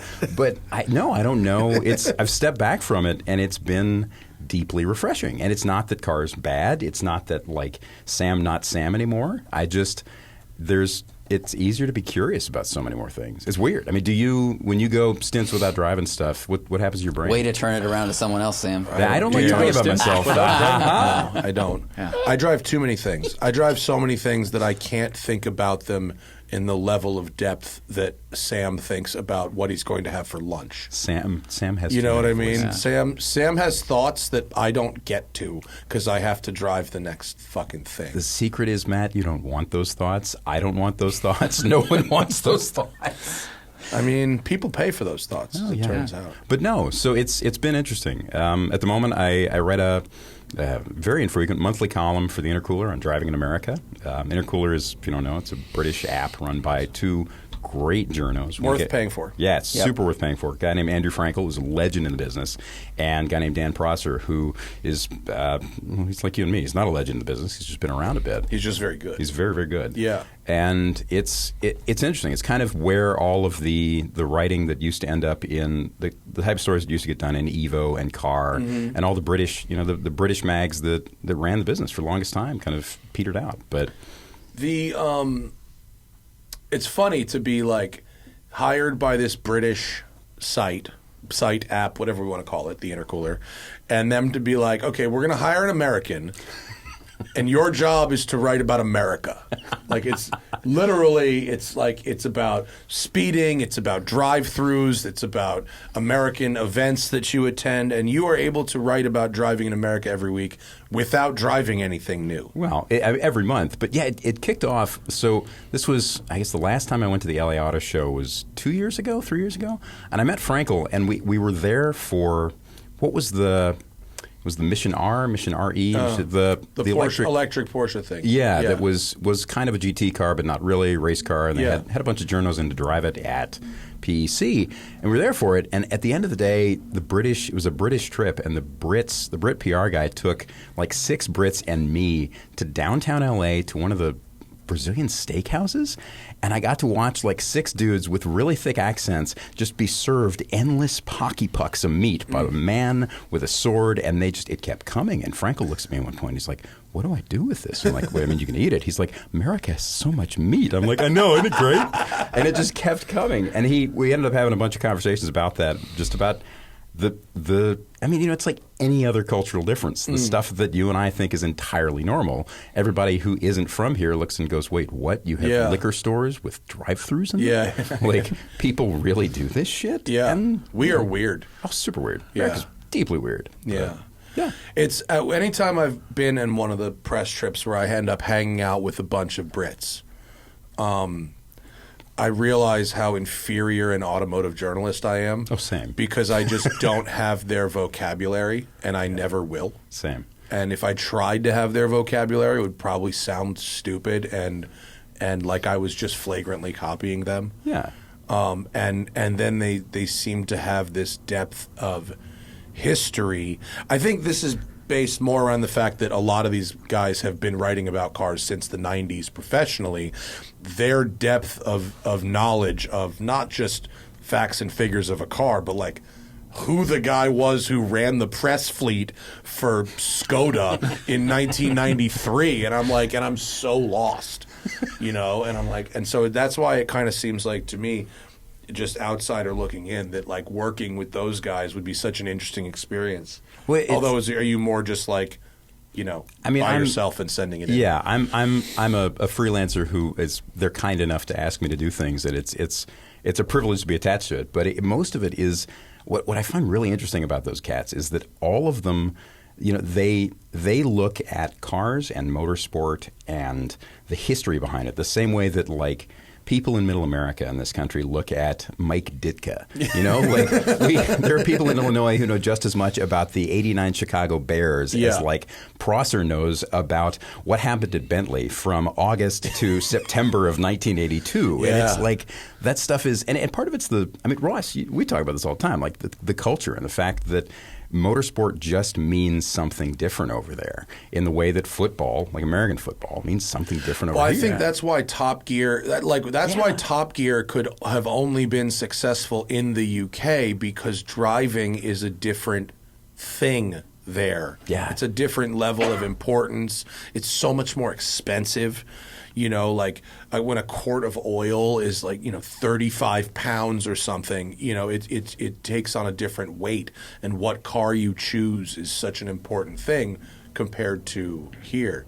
But it's funny that it's not that weird for an American outlet like Road&Track or whatever to have 1 or 2 British journalists work for them. That's normal. But to be an American working for it's a very fun. The same thing happened with Top Gear when LeBlanc. Yeah. When LeBlanc went over to Top Gear, right, and then they were going to rebrand it, and they kept Chris, and I was like, "Hey, Chris Harris," I was like, "Hey, Chris, how about like looking out for your boy? Like maybe you get me in front of the. I was like, we've worked together. There's funny films. Like maybe, and they go. They really want it to be a British guy. They don't want another American. So Brexit happened and messed up their trade thing. But then when Biden, I couldn't get the visa. Biden administration helped Sam do the switcheroo. It was a trade deal. Yeah. No, it's great. It's really cool, but it is funny, right? Because there's just this culture over there, and even down to the, like, I remember the first time 20 years ago I went over there and drove anything, and just the notion that like literally anywhere you go in that country, you can take 2 steps backward and you fall into a B road. You fall into something that we would drive 2 states to get to. That like if you live in L.A., looks like a canyon road, but also goes through hedges and like might drive through the middle of a sheep. Yeah. And every ounce of it is working the suspension and your brain and the tire and doing things to the car that, you know, I-80 in Nebraska just doesn't. And so many of the people here, You know what's funny? The Northeast gets close. I mean, it's funny that, like, you know, Vermont, New Hampshire, Connecticut, that's not totally unlike driving in England. Yeah. But we don't produce the same quality of content out of those states as they do in England. And to be fair, right, like there is some incredible driving here, right? California, the Appalachians, like the Northeast, all the stuff up near where Ross lives in Seattle, like the Northwest. But it's just, you know, it's by percentage of the country. It's just it's a fraction of it. But it's just, I mean, who knows why it developed one way and not the other, you know? There are, what is it? It's something like 10,000 circle tracks in America, and most of them aren't listed. Well, there are. I think England has most racetracks. I don't know if it's most racetracks per capita or most racetracks per by land area. It might be square mile because of all the decommissioned military bases and stuff that became racetracks. Yeah, makes total sense. Yeah. But I don't know, cool. but the Intercooler and the Road Rat are the only 2 publications that I actually pay for. I pay some people on Substack for their newsletters and whatever. Same, but other than that, and Road&Track, of course. Sure. Because Hearst wouldn't give me a subscription, which is fucking crazy. Dude, when I worked there, the years where I did not live in the office, getting that place to send me a magazine was like... You'd call up and they'd be like, "Who are you again?" Yeah. I'm like, "Oh, I'm on the masthead in the paper." Like, can you prove it? I'm like, "This is my face on the paper." They're like, "Wow, we're not sure." Yeah, dude, but they wouldn't send me a digital subscription. Really? They wouldn't make me a fucking login, and it's like. It's like, do you remember when part of my job was to promote the articles that I write for you? Right. And I need to be able to get that link and place it. Like, what are you doing? We would try to show it. We try to show stories on the podcast, and it would be like, and then the box pops up and be like, "Please log in." Look, you're out of free articles. Like, bro, wow. Come on. Eventually, somebody snuck me the master, but it was like that. But it wasn't like, oh, eventually they were like, no, Matt should have a login. Eventually, someone was like, "This rule is dumb. Here's the master login." So I think I could fucking delete their entire credit card information if I wanted to. But that's crazy. How's the Patreon? Good. Full? We have some good stuff. Chock full? I figured there'd be a bunch on today's Patreon. So let's go to the people. Patreon.com/The Smoking Tire Podcast is what is going to keep this show going when the ad sales model completely collapses. So please get in on the game. You can watch the show live. You can ask questions of us and our guests. You can get an extra podcast every month. You can get the podcast the day it's recorded instead of waiting until the air day, and on and on and on. That's where you do it. Patreon.com/The Smoking Tire Podcast. Get in that game. We should maybe do a end of year annual sale. Maybe we could drop is there a way to do that? Where if someone buys an annual, I can investigate. We could probably have some sort of a thing, right? Yeah. Okay. Zach has filtered these for relative relevance. So Ryan says, I currently do a handful of track days per year in my Porsche Carrera S. I want to level up my driving skill on both road and track, and I have some disposable time and money. Ross, what say you? We kind of covered this before, but... Best way to go about it? Yeah. Work with an instructor, a coach. You're going to get more bang for the buck doing that than anything else. So as opposed to going to a 3-day racing school, as opposed to... good question. Yeah, if you have if Skippy what's Skip Arbor for a 3-day cost? I don't know. What was Ron Fellows for the 3-day advanced? It was a 2-day advanced, and it was it's almost like $4,000 now. It went up. It was like $3,600 or something. So you could end up with a couple of days with a lot of coaches for less than that, right? Yeah. Damn it. Yeah. So but your own car, car, track. There's the car and the track are a lot of that expense. Yeah, very true. But but some of it depends on that level the driver's at. Yeah. If they've gone through that, because I'm a big, I don't see any problem in ever going back to a school. Like, there's something you're going to learn, no matter what level you're at. But I think there comes a point in time where I think one-on-one coaching is going to help you more than anything else. And where does one find a coach? That is a really good question, because there's a lot of underemployed race drivers who call themselves coaches. Why isn't there a database of them where people could find them by location and training style? That has been tried a few times. Really? Yeah, it's been tried a few times, and too niche of a service? No, the biggest problem is that every coach. So I did a thing 20 years ago where I trained up 12, 15 coaches. And I was like, okay, we're all going to be part of this thing. We're going to, basically I was sort of become an agency. I was trying to clone myself. Yeah. And it worked for a while until about half a dozen of them said, I'm just going to take your clients and go off and do my own thing. I think there's a lot of coaches that kind of think they're good entrepreneurs. Mm-hmm. That's a polite way of saying. Sure. Well, this a similar thing happens with any of these sort of, like there's a pet sitting one called Rover. And it's like, if you get someone off of Rover to watch your pet, the first thing you're going to say to them is, hey, how much for cash? And we'll cut out this middleman. Right. So I get that. So, hey, start with a Google search and start just asking around. I don't mind if somebody sends me a message and says, hey, I live in so-and-so, I drive this is what I'm trying to do. Do you have any advice or any suggestions for a coach? I know a lot of coaches. I know a lot of people that call themselves coaches. I know a few really, really, really good coaches, and I'm happy to make referrals. When you're coaching, not sim, full in a car, are you riding right seat still, or are you doing it all digitally? I do some of that. So my approach to coaching is whatever it takes. Yeah. If the best thing is for me to hop in the car and do a few laps to kind of watch and see what's going on, I'll do that. I'm a big fan of then plugging my Garmin Catalyst in to the car and say, you watch while I stand out here. But what I'm better at is I'm a better strategist. Like, I think about it as a head coach for a football team. Yeah. They're not necessarily out there working with the passing coach, working on technique of how to throw the ball. But he's thinking more about okay, we need the quarterback to be working on this. Yeah, okay. And so I do a lot of that. So, but you're a coach for professionals more so than just an amateur who wants to get better at their skills. But I work with amateurs too, and I'll go to a HPDE event and do that kind of stuff every now and then, because part of it is that I don't ever want to forget what it's like for that level of driver, because it helps me be better with everybody else. So but I will say that if somebody said, hey, can I hire you to coach me? I might go, I'm trying to do less one-on-one coaching now and do more stuff kind of online and things like that, because I can help more drivers.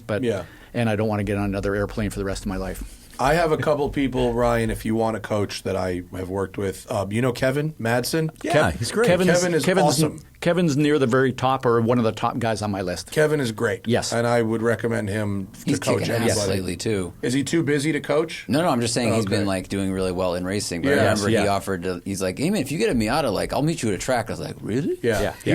He helped me a lot. He was great. Yes. Yeah. My other suggestion, rally schools. If you want to improve your all-around skill set, go to Dirtfish or Rally Ready in Texas. Or those are great. Yes. Beyond the limit. Yep. Let's see. Mr. Miyagi, good username, new patron here. What driver traits best translate from the street to the track? What should a driver not bring from the street to the track? Interesting question. Your 40 ounce of Mad Dog. Your phone. What should you not bring is bad habits. Yeah. But what should you bring?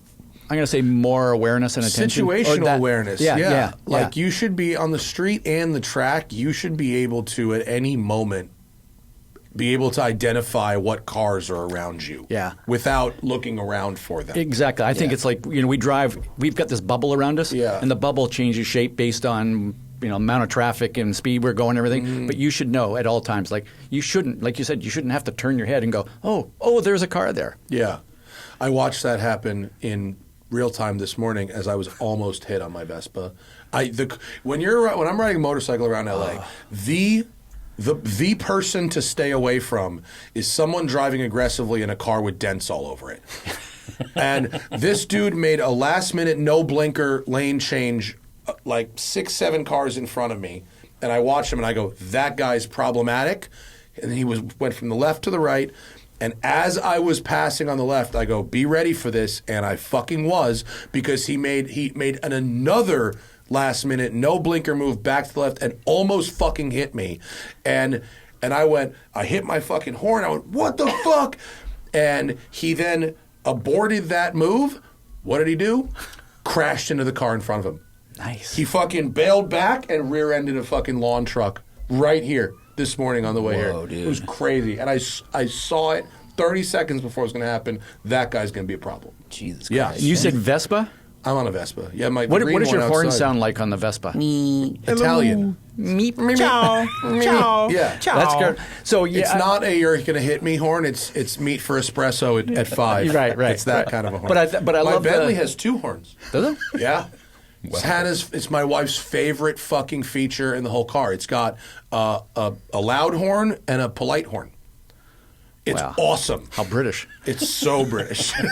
You should put the Bentley horns in the Vespa. Just get an entire other set of them, and then run like twice the power through them. Yeah. I'm surprised it doesn't have a third one that apologizes. That would be. That's the Canadian one. Oh, that's true. Yes. Yeah. Tim A says, if Ross got to decide the driving laws in America, what law would you change?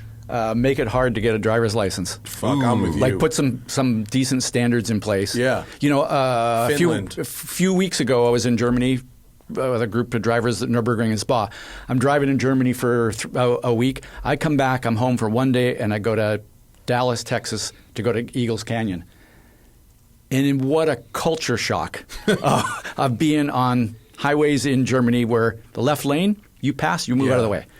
In Texas, you get in the left lane and you park there. Yeah. And I know it's everywhere. So that would be I just put some decent standards in and require proper training to be able to pass those standards. Mm-hmm. Mm-hmm. I don't disagree at all. Make it harder. Bad Gardener says, I'm a coach for a karting team. One area in motorsport that I've not seen much investment in is day of nutrition and day of mindset. In many sports, they take these details very seriously. Have you experienced the same lack, and do you have any insight? I would say it is not something that's ignored in pro racing today. It's huge. I don't know, decades ago, nobody ever thought about did Mario Andretti think about what he was eating? I don't think so. And his mindset was just drive. But nowadays, pro-level drivers, Formula One drivers have somebody that follows them around the world preparing their meals. Yeah. So it's a big deal. And there are people out there that, fitness programs, fitness trainers that are specific. Pit Fit out of Indy and Charlotte are very specific to fitness training. And there's stuff you can get online. If you work with a trainer, there's specific exercises that you could have your trainer Pit Fit does all that, and they'll put nutrition programs together for drivers as well. And, the mindset training, that's all around the mental game. And that's my sweet spot, and other people are doing it too. So it's out there. Like a lot of things, it's harder to find.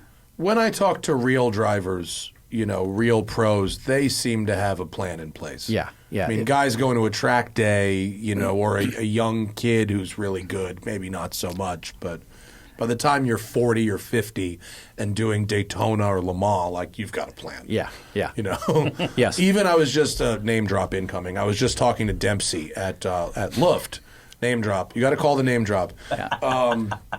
Which Dempsey would that be? All the time. Yeah, the other one, Dave Dempsey. Dave Dempsey. Yeah, he's running in Formula 7. Yeah.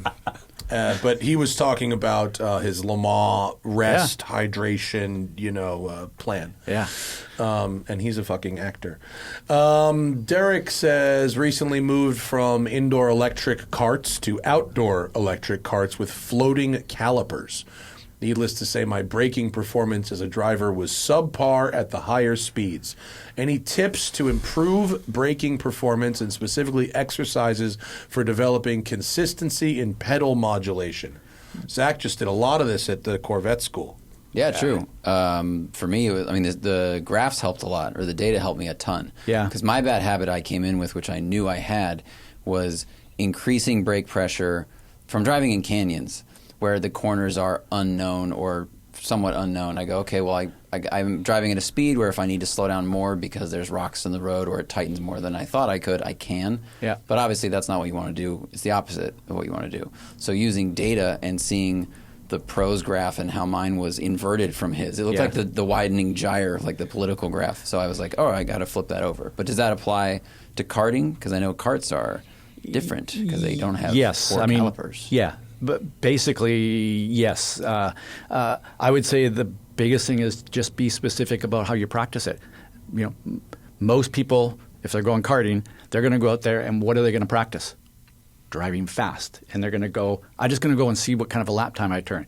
No, take a practice session and all you do is you go on the track and you work on how hard can you make the initial application without doing something Without locking. Right. Yeah, without locking.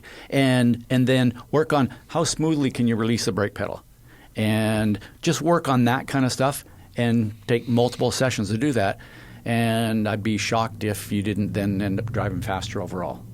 But I'd say the single biggest mistake the drivers make is how they practice. I use this analogy all the time, and I'm sorry to repeat this, but if football teams practiced the way most race drivers, kart racers, whoever practice, they'd show up for a practice and they play a game. Yeah. But they don't do that. They do drills. Yeah. They do blocking drills. They take the game and they break it down into discrete skills and they practice those over and over and over again. Do the same thing with your driving.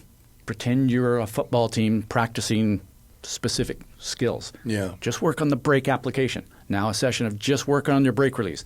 Now work on a session of just looking ahead. Now work on looking ahead and like glancing ahead and moving your eyes more.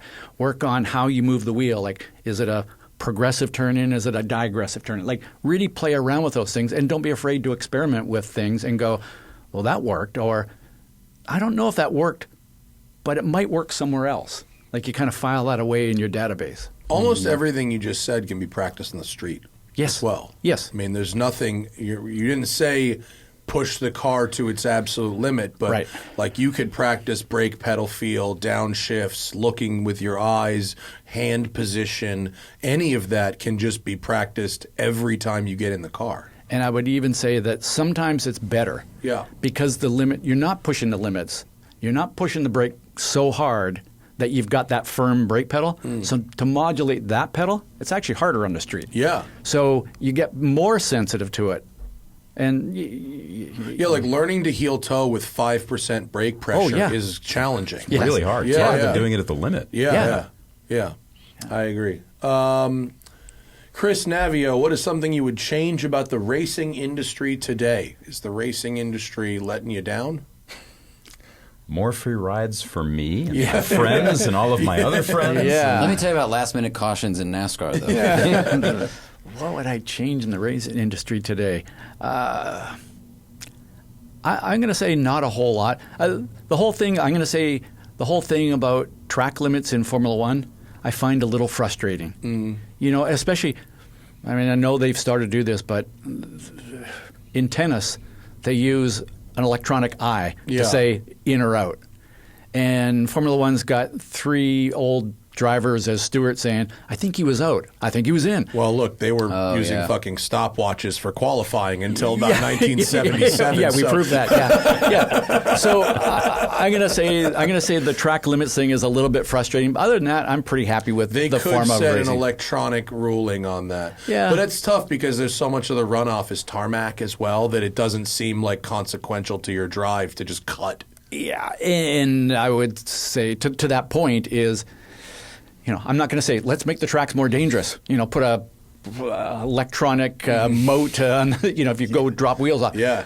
But where was it just recently, last year or earlier this year? One of the tracks changed from where the curbing ends. I think it was Red Bull Ring, where they changed the way the end of the curbing ended, and then there was like a strip of gravel.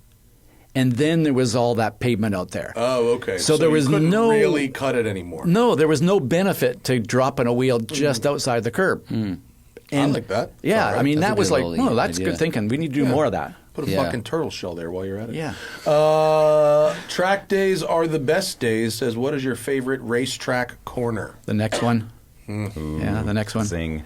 My Cop favorite. out, but also I Okay, get. favorite racetrack corner. Sam, you can have a thought on Yeah. this too. Oh, cool. I like the answers. Turn 2 Mosport. Okay. Why? Because take this the right way, but when you finish that corner and you've nailed it and you're on the ragged edge, you go, I'm a man. I did it today. I have not died at doing this today. Yes, I'm. It's terrifying. It's scary. It's fast. It's all those things, and the line is not. What I love about corners is I love corners that isn't. Oh, you always drive this line. Turn 2 at Mosport. It depends on how the car handles that little bump on the first apex or near the first apex. So the line changes, and you've got to adapt to that. And it's very dependent on the car. And yeah, when you go through there in a fast car, it's you cheated death, and you go, yes, I did it. and I think Niki Lauda said, turn 2 Mosport, hardest corner in the world. Okay. Sam, do you have one? I've never been to Mosport. I want to go to Mosport. Oh, yeah. I don't know. It probably changes every day based on how much coffee I've had, but I always come back to turn 9 at Laguna because it's downhill, off-camber, fast, ballsy, changes based on day, wind, weather, traffic, and everything's just a little sketch through there, right? I just said that about turn 2 at Mosport. Shut up. Your The answers same- are my the answers. same We should have a characters. podcast. Yeah. It's almost like he's from Canada and you're from the United States. Yeah. So what's the Canadian version of what I said? And the thing, that's worse. Just no, add A it's- to the end of it. Yeah. I'm sorry. I'm sorry. Deckel and my Celica. No, I love, part of it is because there are 300 separate voices in my brain at any given time, and part of it is because anything that makes that focus and that weird sense of quiet happen. But I also just love it when a car is forced up on the edge no matter what you want, And it's fast, and I like ballsy things with sense of risk. It's the most scared I've ever been in a car happened to turn 9 at Laguna Seca. Oh shit! Not driving. Really? Ride along Valkyrie AMR Pro God. with Andy Prio, Oh. and he took it flat. Really? And I thought we were going to die. Yeah, it was crazy. You remember speed, R's, anything? We did a 118 with me in the car, which he says was the fastest passenger lap ever recorded around God. Laguna. Yeah, which That's is insanity. moving. Yeah, it was crazy. It was Wow. crazy. He hit the brakes at 188 miles an hour in the end of the front straight. A $188 into 2? Jesus. That was fucking crazy. You know, yeah, it was really, really wild. Yeah, That's cool. Very scary. Wow. Very, very scary. Yeah, that's that moment where you go out and you think you could do something pretty fast, and then you ride along for a 118. And go, I see what we've done here is not what I'm used to. Yeah. Well, you're also getting into downforce, which is like a whole Oh new yeah, thing. for sure. I Yeah, learned a lot about that to from go your guys' flat show. through that downhill left-hander, that's downforce. Yeah. for sure. I want to know your guys' favorite corner because I find this really interesting. So I will piggyback. I also really like 9 because I grew up in Santa Cruz and we got to go mountain biking and like ride mountain bikes down the track once. And the corkscrew is very exciting on a mountain bike because it's steep. But in a car, it's built up and this is something we've all said. And then you do it and you're like, oh, it's kind of a low speed thing. There's a lot of compression. It's actually not that scary or exciting. Whereas 9, I mean, I'm the same way. Like I like feeling the car about to move or move a little bit, and it's far more fun as far as the roller coaster goes because it's higher speed and everything about it, and there's more consequence. I mean, you should be paying attention all the time, but it just feels like all the senses go up to 9.9 for that corner if you're going really fast. Or 11. Yeah. Well, 11 tenths, then you might be in trouble. Yeah. But yeah. cool. Yeah. Oh, 11 because of Spinal tap. There we go. Yeah. Sorry. Mine goes to 12. So there you go. Matt? I mean, I'm not usually shooting for lap times. I'm usually trying to just like have fun and make a car move around a little bit. And so it's not a special corner at all. But the last corner on Thunderhill West is where we've done 3 Road&Track performance cars of the years. And that corner is where I slide every car that we have there, and that where I can see reasonably safely what it will do if I fucking huck it in at 60 miles an hour, and what will happen past the limit. So in terms of just like learning experiences that I've had on one given corner, that has to be it. In terms of like just shape of track, I might say like Eau Rouge. Yeah. Because it's just incredibly unique, and the combination of G-forces you feel while doing that is a very unique thing. Yeah. Never been. Man. Yeah. Spa's awesome. Spa is God, awesome. I want to go. It's so great. It's what you kind of hoped the Nürburgring would be. Really? Actually. Yeah. Oh, that's cool. Yeah. Never heard anybody describe it like that. It's like that's when great. you do acid and you're like, oh, this is what I thought mushrooms were going to be. It's that. Yeah. Best tarmac in the world, Spa. Yeah. Michael's, for Sam, which car would you rather have back? Money, no object. E30 M3 or Integra Type R? Ooh, man, because that's an interesting one because they're the same. It's the same sandwich on different bread with different cheese. Is that the same sandwich? Okay. Shut up. It's a great metaphor. It holds up. Probably an E30 M3, if only because I had a bunch of them, used to club race them, and they were all really nice. And I've got to the point in my life where I want everything that I own or use or do to make sense with the rest of my life, which means I would probably just take an E30 M3 and it would be the shittiest looking thing. Dents on every panel, rust, glass falling out of it, and then, sell a kidney or a child or something and have, Yeah, you shouldn't have like a motor built nice for it. car. No. You don't do well with nice cars. No, because I don't use them. I sit there Yeah. and I look at them and I go, well, that's really nice. I probably shouldn't do anything with it. But if it's Yeah. scruffy, man, world's your Yeah. oyster. All right, last one. Dre in Houston. Just did a track experience in Houston with a non-car friend. He took out a Cayman GT4 RS and was converted. I could see that happening. I took out a 488 GTB, and he asked the question, what is better to buy used? A car with 30,000 miles of street use or a car that has 30,000 miles of track use? Definitely street use. All the way 30,000 out the track miles is a lot. That's a lot of miles. It's like 90,000 street miles or more. Yeah, I mean, what were the cars, and this is not to say anything about Ron Fellows' school, the Corvette school, is a great school, and they maintain their cars really well. How many miles were on the car that you were lapping there? I don't remember, but I think tens of thousands. Really? A lot, yeah. Well, that's pretty good, but if you were, I mean... I mean, the only thing I would add to that is it depends on how they were maintained, right? Sure. I mean...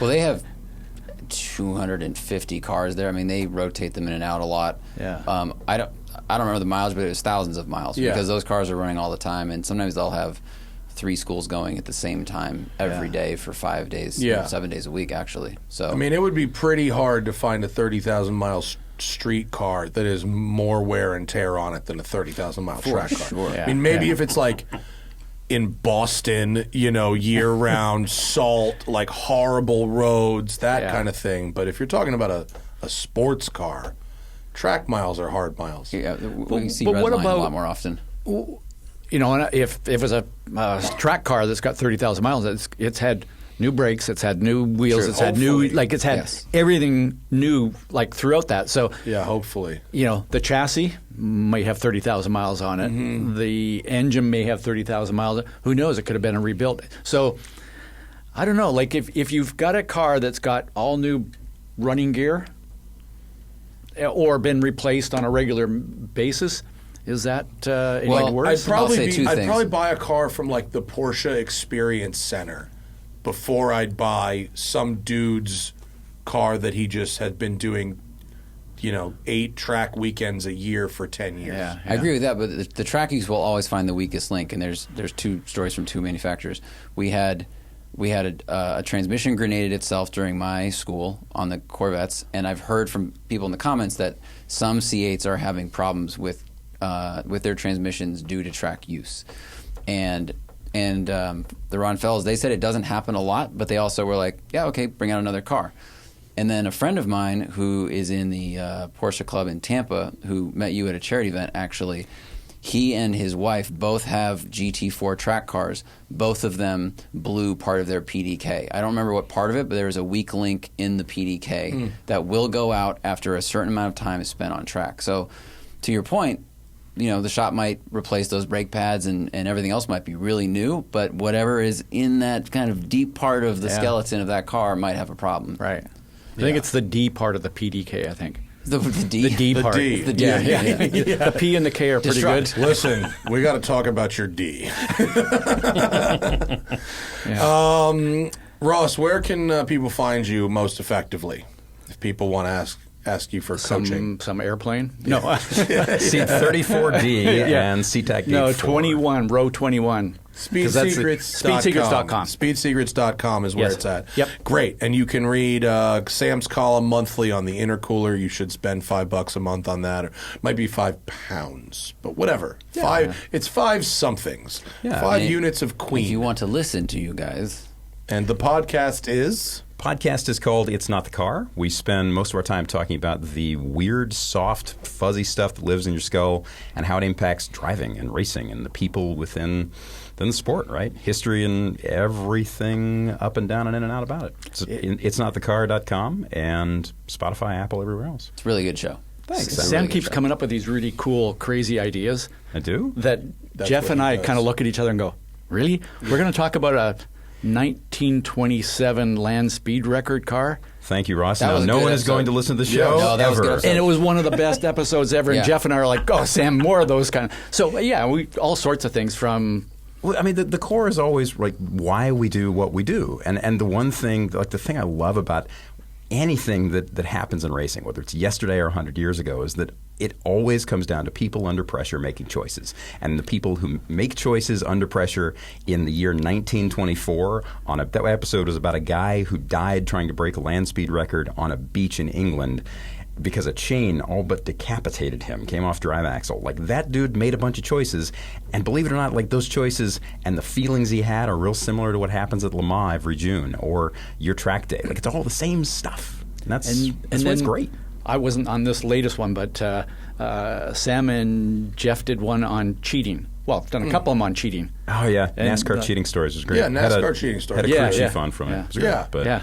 we do that, and other place you can find me is actually earlier this year I put out a book, 20 years of compilation of car writing. It's called Smithology. It's on Amazon. We do sell signed copies on the website, but it's just everything I've done kind of condensed down to the best of it, and I don't know, it was weird. Quote, condensed. Condensed. It's like 350 pages. Well, You do because it that's once. best. I mean, this stuff is awesome. As condensed as condensed can be for Sam. Figured you do it once, might as well swing at the fences. My man. Thank you guys for stopping by. Thank you. I very much appreciates it. Thanks to our patrons for such good questions. Remember, when the ad model totally collapses, which is inevitable, much more so than electric cars are inevitable, right?